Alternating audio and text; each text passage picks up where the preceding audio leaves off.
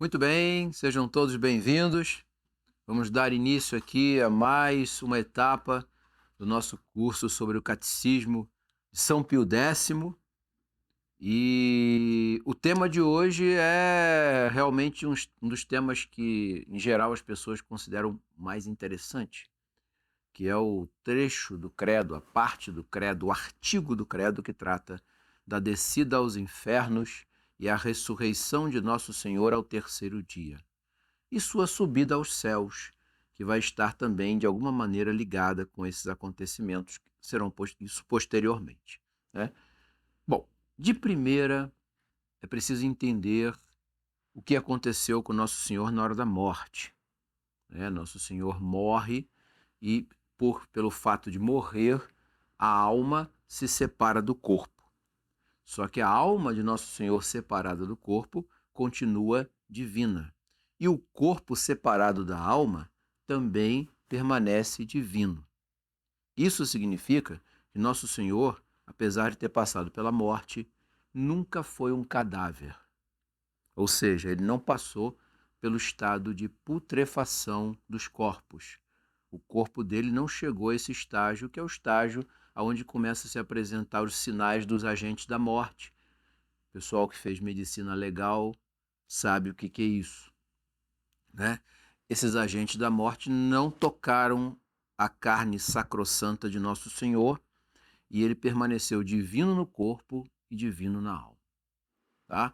Então, apesar de haver essa separação, ele nunca se tornou um cadáver, mas morreu.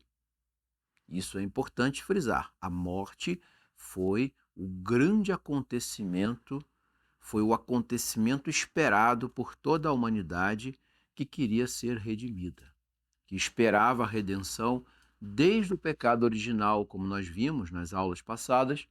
Então, o Salvador veio e fez o que deveria ser feito.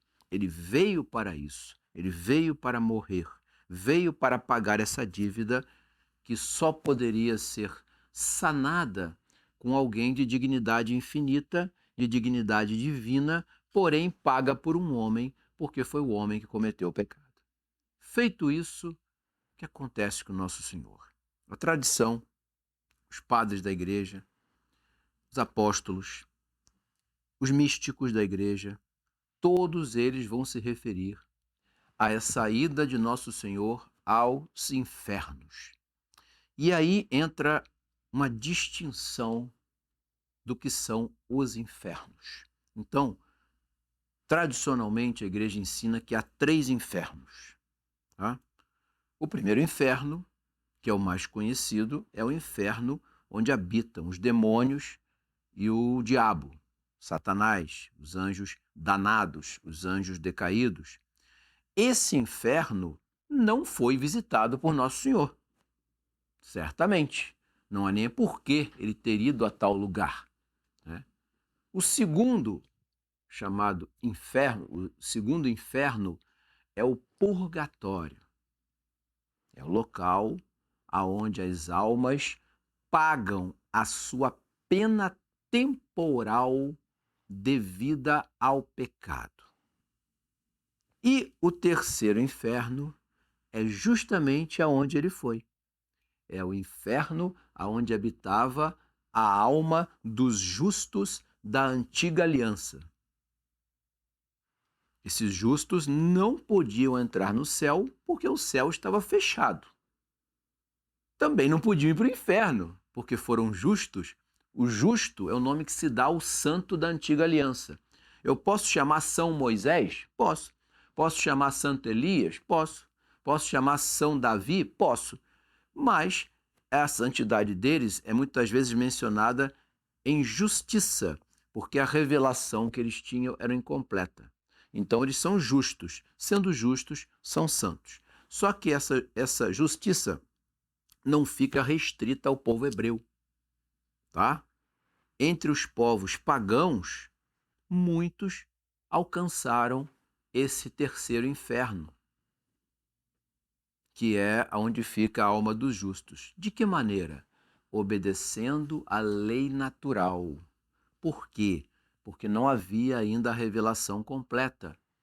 Esses homens não tinham condições de conhecer a doutrina revelada, nem Nosso Senhor, portanto, seriam julgados pela lei natural. Então, vamos criar uma hipótese. Um sacerdote pagão que cultuava um deus egípcio, né? Seja ele qual for, Anubis, Amon, Ra, se ele cultuava aquele Deus dentro de uma justiça, de uma religião natural, fazendo o que deve ser feito, obedecendo às regras da lei natural que está presente dentro de cada homem, aquele sacerdote pagão, nesse momento da história, foi justiçado. Ele morreu e não foi para o inferno. Agora, se ele cometeu erros que violassem a lei natural, aí sim ele cometeu um pecado e perderia a sua alma. Então, esse local, esse terceiro inferno, é justamente aonde estão as almas dos justos. E foi aí que Nosso Senhor foi. Para quê? Para libertá-los. E não é difícil para nós compreender que nesse lugar, provavelmente não, certamente estavam Moisés, São José, né?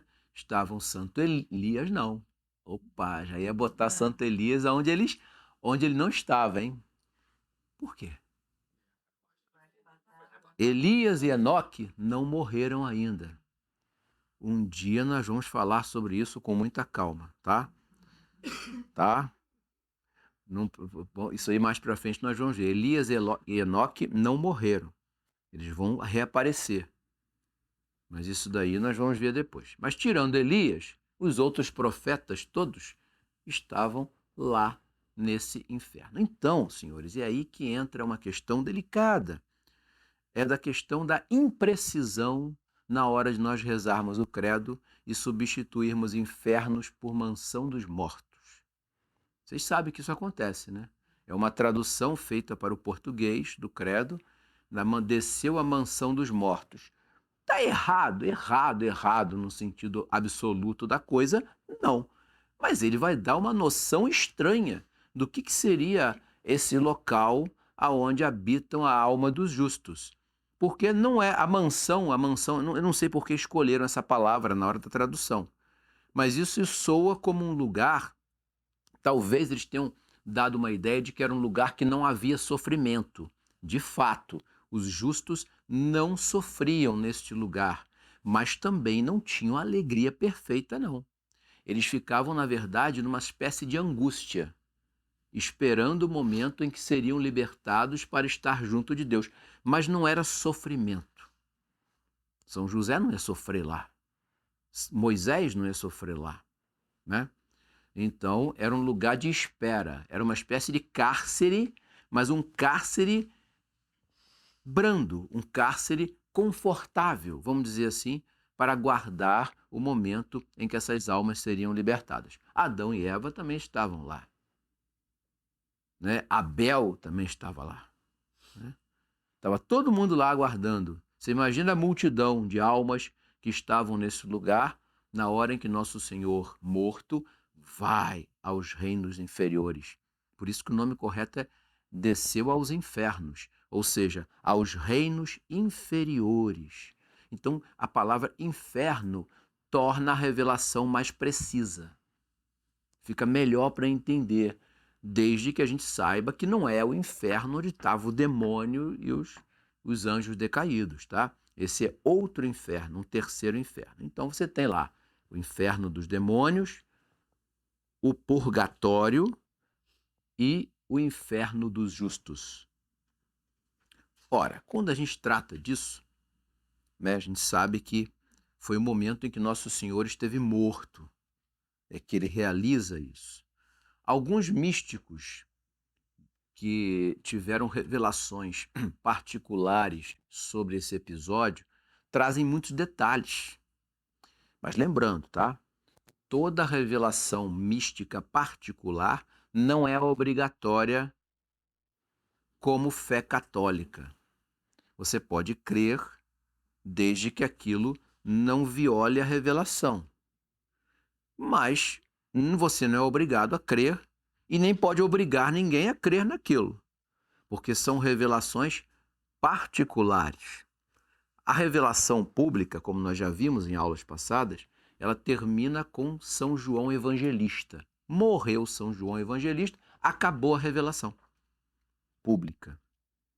Tudo o que vai acontecer dali em diante, as aparições de Nossa Senhora, as visões místicas de certos religiosos, serão revelações particulares. Essas revelações particulares, elas têm que passar pelo crivo da igreja.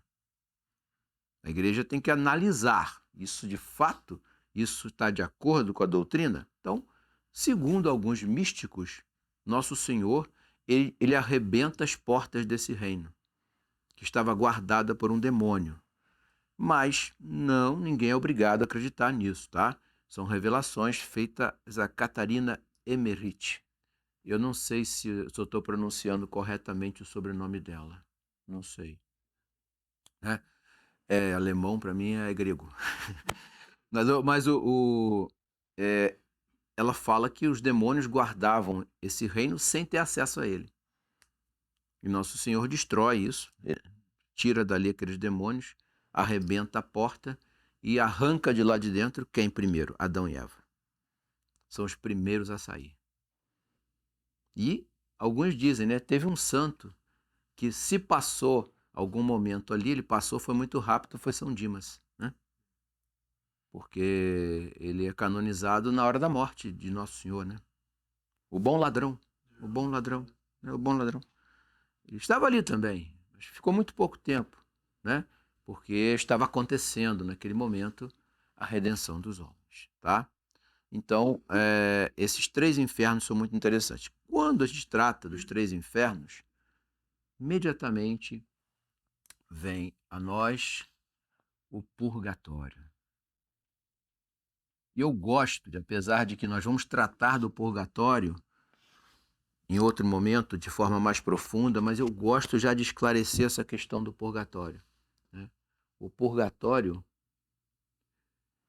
é onde estão as almas santas que ainda não podem entrar na glória de Deus, porque ainda possuem penas temporais devidas ao pecado que não foram cumpridas. A gente sempre faz uma associação com o crime comum, né? Para que as pessoas entendam. Um criminoso que pratica um homicídio, ele vai ter tantos anos de prisão, mesmo que ele se arrependa, né? Ele matou, me arrependi. Se arrependeu?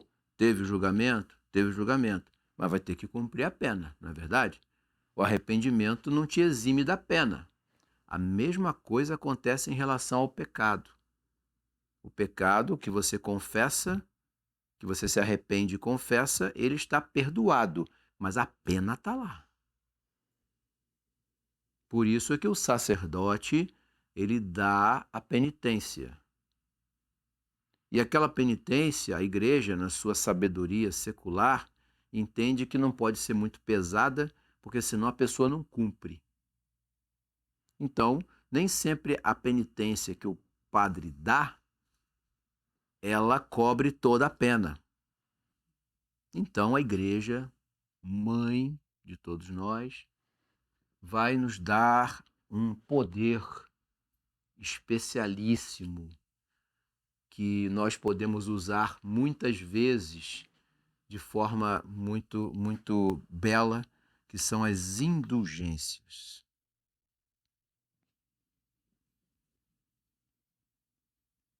As indulgências. Isso aqui que é motivo, é objeto de estudo em colégio, e todos os professores de história que eu estudei, nenhum deles sabia o que era. Todo mundo falou uma bobagem diferente para acusar a igreja de algo que ela não fez. Tá? A indulgência, na verdade, é uma espécie de graça que se dá à alma para que a pena do pecado seja apagada aqui na terra antes do purgatório. Então, é como se fosse assim, olha, você não precisa pagar essa pena depois. Pode ser paga agora. Mas como é que eu ganho isso? Como é que eu recebo a indulgência? Só aí nós vamos entender toda essa dinâmica da indulgência. A indulgência, ela sempre nos vem através disso aqui. Nós temos que estar em estado de graça. Estado de graça é não ter pecados mortais, tá? Pecado venial não tira a graça. O pecado mortal tira. Então, primeira coisa, estado de graça. Estando em estado de graça, eu realizo a obra indulgenciada. O que é a obra indulgenciada? É a ação, o objeto, a ação, é a realização que a igreja atribui o poder da indulgência.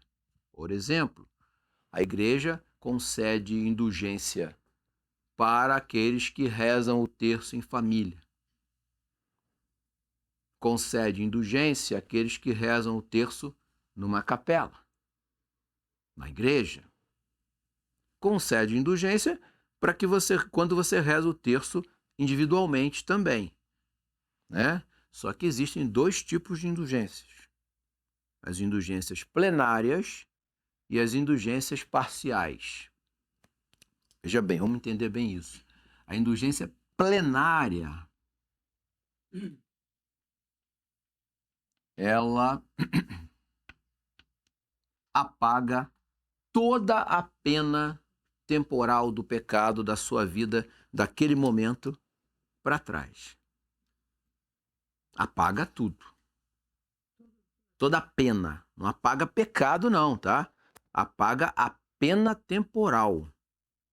É uma indulgência plenária. Essa nós só podemos ganhar uma por dia, que já é muita coisa, né? Uma por dia. As outras indulgências são as chamadas parciais, mas essa linguagem parcial, ela já foi adotada no tempo do Papa Paulo VI, tá? Até o pontificado do Papa Paulo VI, as indulgências eram chamadas indulgências diárias, ou seja, em dias, em tempos, né? Por exemplo, rezar 3 Ave-Marias às 6 horas da tarde, 300 dias de indulgência. Isso antes de Paulo VI. Paulo VI fez uma reforma dizendo que não vai ser mais indulgência diária, vai ser indulgência parcial. Ou seja, ela vai tirar uma parte da minha pena temporal. Quanto? Não sei. Na linguagem, na teologia antiga, antes de Paulo VI, você tinha exatamente quantos dias valia aquela indulgência. Você tinha, por exemplo, uma oração, certas orações davam 30 dias, 100 dias, 300 dias, 200 dias. Então, Paulo VI transformou tudo em indulgência parcial. Você ganha parcialmente indulgência. E a indulgência plenária continua a mesma coisa, apaga toda a pena do pecado. Isso só vale para o momento em que você recebe a indulgência. Se 1 minuto depois você cometeu outro pecado, você já tem mais pena temporal, tá? Diga. Curiosidade aí, dúvida real. Esses dias dessas indulgências parciais aí, ou diárias, são dias que você não vai cumprir no purgatório? Exato. Ou são os dias retroagindo que os pecados daquele são período? os dias que você não vai cumprir no purgatório. Vamos supor, você tinha 1000 dias para cumprir no purgatório, já tem 300 a menos. Tá? Então, Paulo VI ajeitou isso botando parcial. Mas tá numa plenária pra trás, já não resolve? Resolve, mas se você conseguir permanecer em estado de graça até a hora da sua morte, nossa. Você falou assim, as indulgências servem para purificar a pena. Apagar. Apagar. Antes de ir para o purgatório. Sanar a pena temporal antes do purgatório. Isso. Porém, a gente pode oferecer indulgências também. Nós vamos chegar lá. Eu queria, Uhum. bom, Eu entendi. é que a pena temporal pode ser paga tanto aqui como no purgatório. Pode, Então, pode. A indulgência pode servir para pagar as penas aqui ou no purgatório, né? Sim, só que com uma diferença. Quando a gente apaga a pena aqui, nós apagamos a nossa pena. Sim. No purgatório, a gente paga de outras almas. Entendeu? Então, por exemplo, uma pessoa faleceu na sua família, uma avó, uma tia, um avô, foi para o purgatório. Não sabemos se foi. Vamos supor que tenha ido, né? E vai ficar lá, sei lá, 200 anos. Porque o tempo do purgatório é diferente, né? Do tempo criado. 200 anos. 200 anos nossos, né? E aí eu posso, em qualquer momento do ano, mas mais em especialmente no mês de novembro, conseguir do dia 2 de novembro até o dia 8, se eu não me engano, você pode conseguir uma indulgência plenária para as almas do purgatório. Mas não posso conseguir depois, não. Depois também pode. Mas esses dias são especialmente dedicados às almas do purgatório, para que elas se libertem das suas penas temporais. Então, essa indulgência, nós podemos sim usar para as alminhas do purgatório, mas a gente pode ganhar para a gente também. Agora, quando nós estivermos lá, se nós estivermos lá, aí alguém vai ter que conseguir para a gente, porque as almas do purgatório não podem nada por si próprias. Em relação à pena delas, tá? Em relação à pena delas, elas não podem conseguir nada para elas mesmas. Ok? Quem é consagrado também? Como? A pessoa que é consagrada a Nossa Senhora. Por exemplo, quem usa escapulário, nós temos uma promessa de Nossa Senhora que ela libertaria do purgatório no primeiro sábado após a morte, não é isso? Claro que essas almas, Nossa Senhora não vai enganar ninguém. Se você morreu revestido do escapulário, no primeiro sábado após a sua morte, se você estiver no purgatório, a Nossa Senhora vai te libertar de lá. Isso é uma promessa do escapulário, certamente. E quem usa a cadeia também dizem. A cadeia da... Sim. São Luís Maria Grão de Montfort. Sim. As indulgências que nós conseguimos, a gente entrega a Nossa Senhora, e a Nossa Senhora, ela... Sim. Você lembra, na última aula? Nossa Senhora é medianeira de quê? De todas as graças. Apagar a pena temporal não é uma graça? Passa por ela. Todas as graças passam por ela. A gente esquece disso. Tudo que acontece de graça dada aos homens passa por ela. Então, certamente, ela participa dessa, usam-se essa expressão, economia da salvação. Tá? Então, vamos lá. Obras indulgenciadas. Estado de graça, obra indulgenciada. Você recebe a indulgência, que pode ser plenária ou parcial. E a oração na intenção do sumo pontífice. A oração na intenção do sumo pontífice. São do sumo pontífice. Vou botar abreviado. Sumo pontífice. Quais são as intenções do sumo pontífice? Em geral, os católicos não se lembram. Propagação da fé, conversão dos hereges, conversão dos infiéis, liberdade para a igreja. Você não vai lembrar disso tudo. Aí o que a igreja fala? Não, você substitui essa oração nas intenções do Santo Padre, rezando o credo, Pai Nosso, Ave Maria, Glória ao Pai. É claro que Deus já entende que você reza na intenção disso. Feito isso, senhores, os senhores ganham uma indulgência. Se ela for plenária, plenária. Se for parcial, parcial. Exemplo de indulgências plenárias. Mais próximo de nós, oração do terço em família, tá? Da indulgência plenária. Mas puxa, minha família nunca está junta na hora do terço, meu filho está estudando, não importa. Você está na sua casa, você e o irmão seu. Quem é a família ali naquele momento? São vocês dois. Então, vocês dois juntos vão rezar o terço em família. Tá? Então, oração do terço numa igreja plenária. Agora, a oração do terço, por exemplo, no jardim, é parcial. Tá? Existe um manual de indulgências, tá? Escrito pela igreja, dizendo o que cada obra indulgenciada recebe de indulgência naquele determinado ato. Tá? É plenário. Oração do terço em família, plenária. Em família, em família, família. Em família, em família. Professor, necessariamente deve ser em casa, nesse caso? Não. Se você tiver com sua família reunida num outro lugar, é oração em família. Mas normalmente o lugar onde a família se encontra, né? Pelo menos em tese, é em casa. Lugar familiar, é verdade. Hã? Quem ganha o casal? Todos que rezaram. Não, os que rezaram. Só os que rezaram ali. Mas a gente vai. Os que rezaram ali. Querer rezar o texto segunda-feira. Aí, que bonito. Isso aí. Mas os que rezaram o terço ali naquele momento ganham a indulgência plenária. Deus quiser, se Deus quiser. Então, isso tudo está associado ao purgatório. Por quê? Porque essas indulgências, elas podem nos livrar do purgatório e livrar almas do purgatório.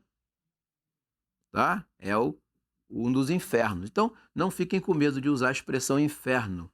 Significa reinos inferiores, tá? O inferno não necessariamente está associado com demônio. Reinos inferiores. Um desses reinos inferiores é o reino do demônio. Mas esses dois não. As almas do purgatório são santas, tá? Mesmo não estando ainda no céu, elas são santas. E Deus pode, senhores, pode permitir que elas apareçam para a gente.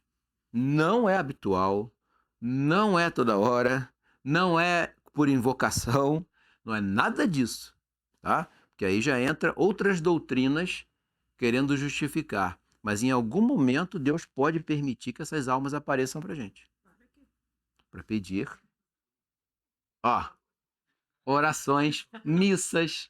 Missa tira uma multidão de alma do purgatório.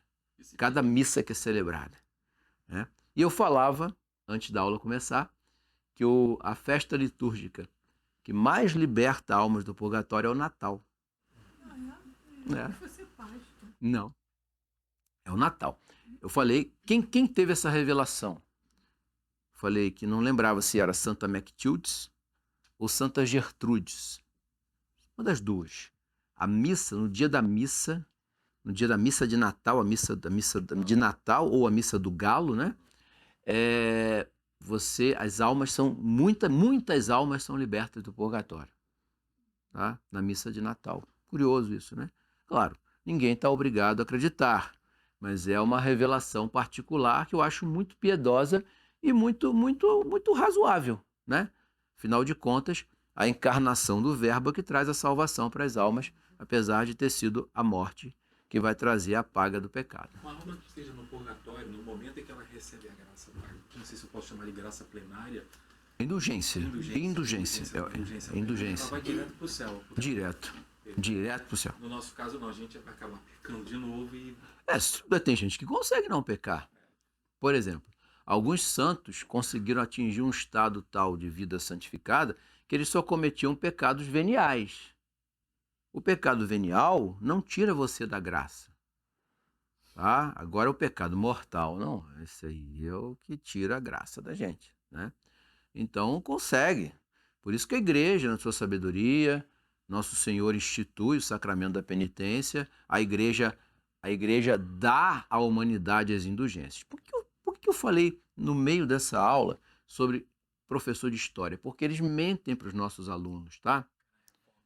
Eles vão dizer que a igreja vendia indulgência e garantia um pedaço do paraíso. A doutrina da indulgência não garante nada no futuro. É tudo no passado. Você vê como que mentem. Nem pegaram um manualzinho de indulgência para ler, para saber o que é indulgência. Ah, mas teve lá um fulano que vendia o documento para ir para o céu. Ah, é um falsário. Se houve isso, foi um falsário, não foi a igreja que fez isso. Né? Pelo amor de Deus. Né? Então, o entendimento disso aqui já dá para a gente toda uma ideia do que é essa prática, que é debochado por algumas pessoas, principalmente os não católicos, mas isso aqui é um alívio para os homens que são fracos na vida, no pecado. Porque a gente recai. Quando a gente recai no pecado, a gente tem a nossa pena temporal. Então, por isso a importância. Mas Nosso Senhor, isso é só para exemplificar um dos infernos. Nosso Senhor não visita as almas do purgatório. Ele vai acabar, libertar os reinos inferiores, aonde estão as almas dos justos. É para onde ele vai depois da sua morte.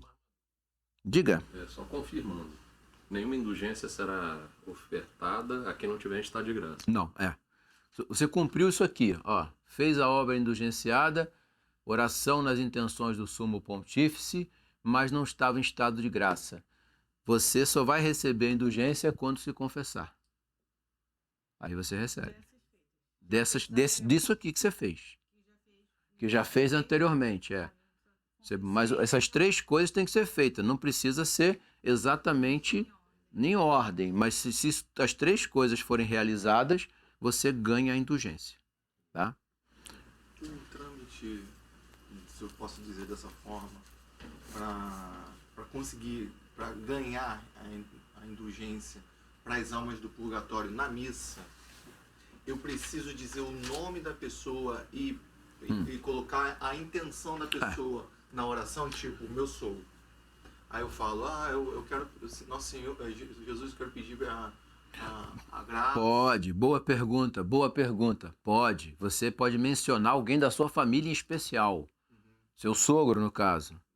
Mas se ele estiver no céu ou no inferno, o que acontece com a sua oração? Vai valer para outra alma. Porque eu já falo do meu sogro, Tá? da minha avó, do meu avô. Você não sabe, né? Você deduz que eles estejam no purgatório, caso estejam, né? Da missa, Então, vamos supor que o seu avô esteja no céu. Essa oração que você fez, essa indulgência, vai valer para uma outra alma. Tá?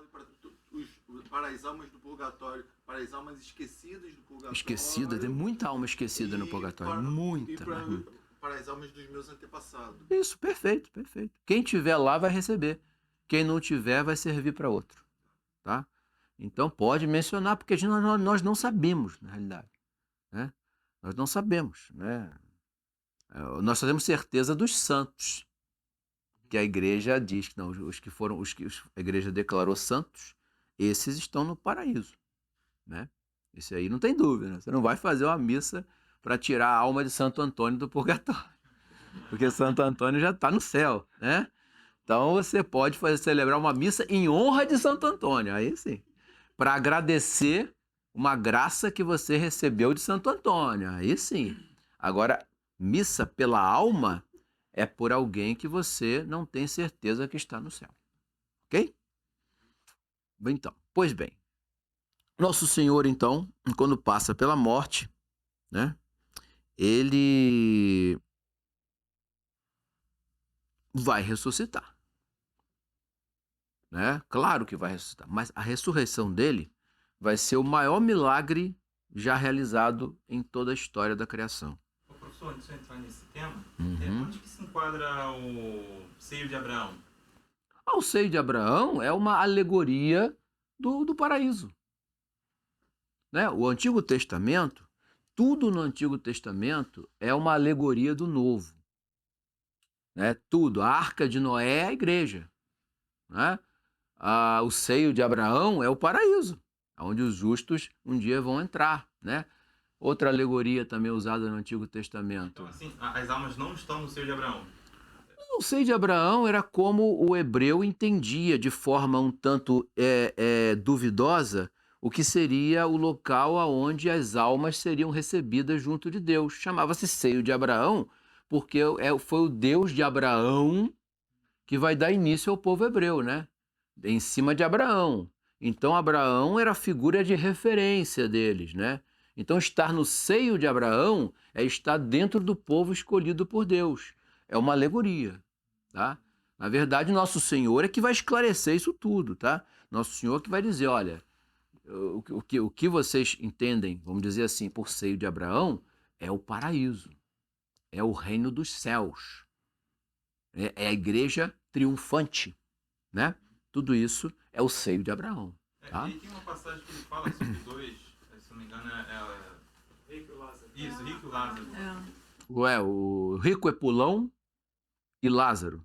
Um estaria na Geena, né? E o outro no seio de Abraão. É uma alegoria. Esse seio de Abraão aí é o inferno dos justos, porque o paraíso ainda não estava aberto, né? O próprio Abraão estava lá, né? Mas aqueles homens ali, apesar de não estarem ainda no paraíso, já estavam confirmados no paraíso. Na hora que o paraíso abrisse, eles seriam levados para lá sem outro julgamento, tá? Agora, o outro que morreu e está na Geena é uma alegoria do inferno. Tá? Então, tudo no Antigo Testamento é uma preparação para o novo. E Nosso Senhor vem esclarecer, né? Então, ele ressuscita, ele morre. Nesse período que ele morre, chamados 3 dias, a gente tem que entender bem isso também, porque a forma de contar os dias do povo hebreu é diferente da nossa. Como é que nós contamos 3 dias? 24 horas, mais 24 horas, mais 24 horas, não é? Nosso Senhor não ficou morto. Quanto dá 3 vezes 24? Eu sou ruim de matemática, hein? 72 horas. Ele não ficou morto 72 horas. Nosso Senhor ficou morto 40 horas, mais ou menos. 40 horas. 40 horas. Ué, mas peraí, então tá errado. Nosso Senhor não ressuscitou no 3º dia, não. Vamos entender o raciocínio hebreu. O hebreu raciocinava em quadradinho. Era mais ou menos assim. Ó, um dia era um quadradinho. É o raciocínio deles, tá? 2 dias, 2 quadradinhos. 3 dias, 3 quadradinhos. Então aconteceu uma coisa aqui no meio do quadradinho, aconteceu no 1º dia. Passou o 2º quadradinho, 2º dia. Aí no início do 3º dia, Nosso Senhor ressuscita. Ele ressuscitou aonde? No 3º dia, no 3º quadradinho. Eles não contavam horas, mas o intervalo. Então, tudo que aconteceu, mesmo que tenha acontecido na primeira hora do dia, já conta aquele dia como 3º. Entendeu? Porque é sexta-feira da Paixão? Ele morre 3 horas da tarde, Nosso Senhor. Na sexta-feira. Na sexta-feira. E domingo de manhã, no primeiro raio de sol do domingo, ele já ressuscitou. É mais ou menos 40 horas. 40 horas não são 3 dias, mas é porque o raciocínio hebreu é diferente. Então, no entendimento deles, Nosso Senhor morre no 1º dia, permanece no 2º e no início do 3º ele ressuscita. Então, ele ressuscita quanto? No 3º dia. Mas se a gente pensar matematicamente, não é, né? 40 horas, mais ou menos. Ele permaneceu morto por 40 horas, aproximadamente, tá? Bom, Nosso Senhor, então, ressuscita e faz o maior milagre de todos, né? Por quê? Porque ele vai devolver a vida a ele mesmo.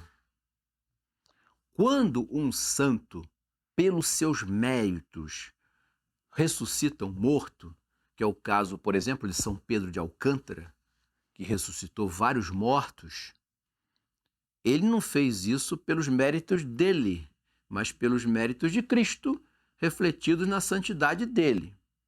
Nosso Senhor teve que ressuscitar ele mesmo. Eu, pelo menos, não conheço, acho que não, nenhum santo se ressuscitou. Não. Ele foi ressuscitado ou por outro santo ou por Nosso Senhor, né? Nosso Senhor, no caso da sua própria morte, ele próprio devolveu a vida a ele. Tá? Esse foi o maior dos milagres realizados por ele. Mas esse milagre, apesar de ser o maior de todos os milagres, ele estava diretamente associado à natureza divina. É claro que ele ia ressuscitar. E por quê? E quando ele ressuscita e vem de volta o que já era antes o corpo glorioso. Só que ele vai manter no corpo dele as marcas da paixão.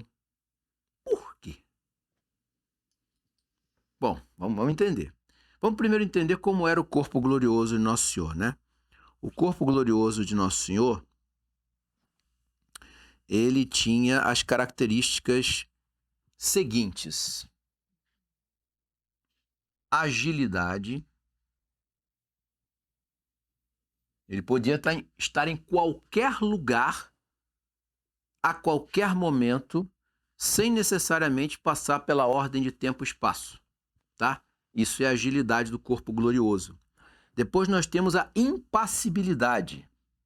Não pode mais sofrer. Impassibilidade. Não vai sentir mais dor, não vai sentir mais transtornos, sofrimentos físicos e coisas desse tipo. Terceira característica dos corpos gloriosos: a sutileza. Faz as coisas sem que se possa perceber.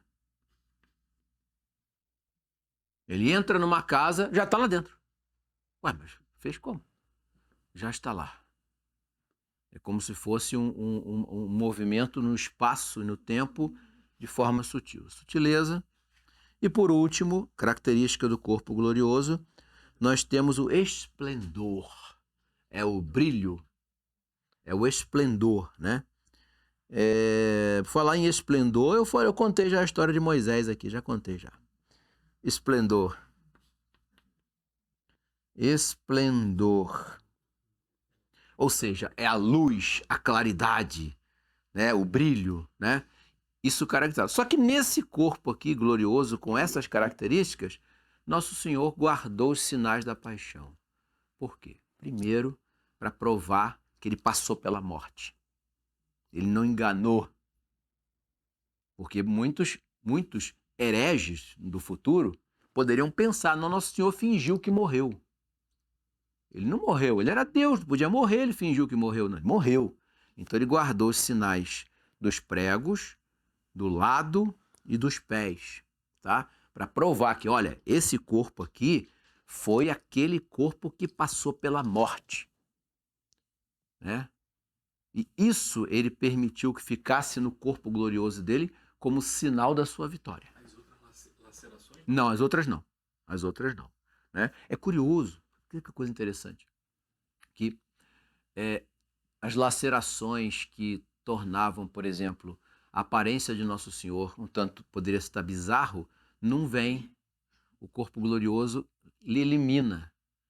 Só vem as feridas que de fato são grandiosas, né? Os pregos e o lado, né? Então, isso ele deixa para servir como mostragem para os apóstolos, principalmente, e para todo mundo que viesse depois, né? Porque, por exemplo, São Tomé, se ele não tivesse com aquelas feridas, São Tomé ia achar que ele enganou os outros. Sério mesmo. Não acreditarei. Né? Não acreditarei. Se eu não vi, não acreditarei. E tocar, ele tinha que tocar para ter certeza, entendeu? Então, se Nosso Senhor não guardasse aquilo, ele ia mexer com a fé de muita gente. Então, ele propositadamente guarda essas marcas no seu corpo glorioso, mas não sofre mais. No entanto, senhores, nós sabemos e vimos nos evangelhos que Nosso Senhor, apesar de ter corpo glorioso, ágil, impassível, sutil e esplendoroso, ele tinha fome. Ele pede a São Pedro para comer. Será que era fome? No tipo, eu acho que não. Ele quis saborear a grandeza, a delícia da comida humana. Porque agora tinha natureza humana, né? Não era mesmo uma necessidade. Não, não era necessidade. Mas não ele era. fez aquilo também para Mostrar que não era um fantasma. Exatamente. Mostrar, olha, eu sou perfeitamente um ser humano aqui, ressuscitado, voltei à vida, estou aqui com o meu corpo, ó. Prepara esse peixe aí que eu vou comer. É isso, exatamente, né? Esses sinais ele mantém. É claro que ele não vai, se eu não comer eu vou morrer de fome, de jeito nenhum, tá? Mas esses sinais eles mantêm para que os apóstolos vissem, para que a igreja nascente desse fé naquilo que acabara de acontecer, Tá? Esse período que Nosso Senhor ficou ressuscitado é um período de 40 dias. É o período do catecismo.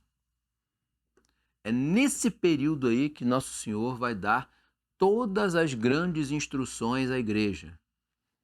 O que eles vão ter que fazer?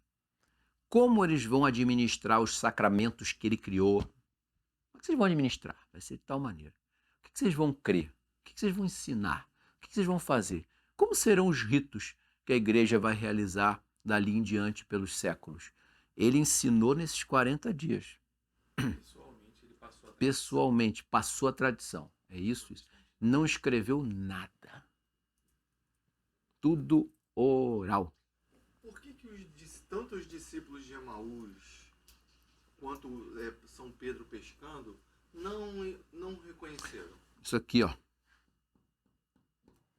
O esplendor tornava a aparência dele elevada, não tão humana. Mas eles chamaram Nosso Senhor de forasteiro, alguma coisa. Sim, porque viram alguém e isso mudava a aparência dele de alguma maneira. Santa Maria Madalena só conheceu ele quando ele chamou o nome dela. Sim. Foi? Foi. Ele ainda pergunta, né? Ele não reconheceu. Ela chamou ele de Rabone. Rabone, é mestre, né? Ah, Aí ela entende que era ele. Os discípulos de Emaús é a mesma coisa, era o esplendor, né? Nosso Senhor ocultava isso em alguns momentos, né? Por exemplo, quando ele aparece antes da morte e ressurreição no Monte Tabor, na Transfiguração, ele assusta os apóstolos, né? Com a aparência esplendorosa, né? Então isso era uma característica, tá? Esse período que ele vai ficar com os apóstolos é o período que ele vai dar o poder a São Pedro. Quando ele fala das chaves do céu, que ligares na terra, que desligares na terra, ou ligares no céu, ligares na terra, desligares, vice-versa. Ele afirma a São Pedro o que São Pedro será. Quando está nos 40 dias após a ressurreição, ele dá o poder, o tripoder ao Papa, tá? Que é o poder de apacentar as ovelhas. Pedro, tu me amas? Não conhece? Lembra daquele diálogo? Então apacenta as minhas ovelhas. Ele fala 3 vezes o diálogo, dando os 3 poderes a São Pedro. Aquela fala deles não era um negócio sentimental que Nosso Senhor repetiu 3 vezes porque não estava acreditando em São Pedro, não. Aquilo ali foram os 3 poderes que é dado ao Papa. E ele deu só a São Pedro, né? Então são nesses 40 dias que ele vai dar toda a autoridade a São Pedro e vai dar também a autoridade aos apóstolos. E ensinar o que eles terão que dizer aos outros homens depois de serem batizados, né? É a doutrina, é aí que nasce a tradição da igreja. Começa com o que Nosso Senhor ensinou aos apóstolos e que os apóstolos passaram aos seus sucessores. Isso é a tradição. Nessa época não havia Sagrada Escritura, tá? Os livros da Sagrada Escritura estavam espalhados lá pelos escritos dos hebreus, ainda em várias partes diferentes. Os evangelhos não tinham sido escritos, as epístolas não tinham sido escritas ainda, mas já havia a tradição, né? Por isso que a Sagrada Escritura e a tradição, elas têm autoridade igual, mesmo a Sagrada Escritura sendo revelada. Essa igualdade de autoridade tem um destaque especial na tradição porque ela é anterior à Escritura. Quem vai dar autoridade à Escritura é a tradição. Entendeu? Então, o amor que a gente deveria ter pela tradição católica, pela tradição da igreja, porque ela é anterior às Sagradas Escrituras. As Sagradas Escrituras têm que estar de acordo com a tradição. Estão. A igreja analisou e recolheu num único volume todos os livros que tradicionalmente ela considerou revelados, tá? Mas nessa época não tinha nada escrito, tá? Era tudo oral, né? Tudo completamente oral. Muito bem, senhores. Então, nesse período da Nosso Senhor Jesus Cristo, ele ressuscita dos mortos E nesse estado de glória, de corpo glorioso, ele fica com os apóstolos até a ascensão. E a ascensão é que é o momento em que ele vai dar a ordem de levar pelo mundo aquele conhecimento, né? Só que os apóstolos ainda não estavam crismados. Por que eu falo isso? Pentecoste. Pentecoste é a crisma dos apóstolos. Ou seja, todos aqui já foram crismados, né? Não, alguns não, tá certo. Mas um dia serão, se Deus quiser. Foi a crisma dos apóstolos, porque eles receberam a fé, foram batizados, provavelmente antes, claro, e no dia da vinda do Espírito Santo eles vão ser crismados. É aí que São Pedro, e aí é que eles que estavam todos escondidos, né, da perseguição dos judeus, eles vão sair e começar a falar com aquelas grandes realizações e aquelas inúmeras conversões que vão ser realizadas. Mas eles serão crismados. Mas eles só podem ser crismados quando Nosso Senhor for para o céu, porque aí virá o Espírito Santo, né, sobre eles. E é só aí que começa a vida pública da igreja. A igreja foi fundada no Calvário. A igreja é fundada na cruz, Nosso Senhor morto. Mas a igreja vai começar a sua missão pública quando? Em Pentecostes. Então são como se fossem dois nascimentos da igreja. Uma igreja nasce, é fundada, e depois ela vai ter a sua ação pública posteriormente a Pentecostes. Tá? Ok? Isso tudo é o que está dentro desse tema que nós chamamos de desceu aos infernos e ao terceiro dia ressurgiu dos mortos. A subida ao céu, que será o próximo tema agora, ele tem vários pormenores. E aí eu penso que a gente pode separar numa próxima aula. Muito obrigado, senhores. Até a próxima, se Deus quiser.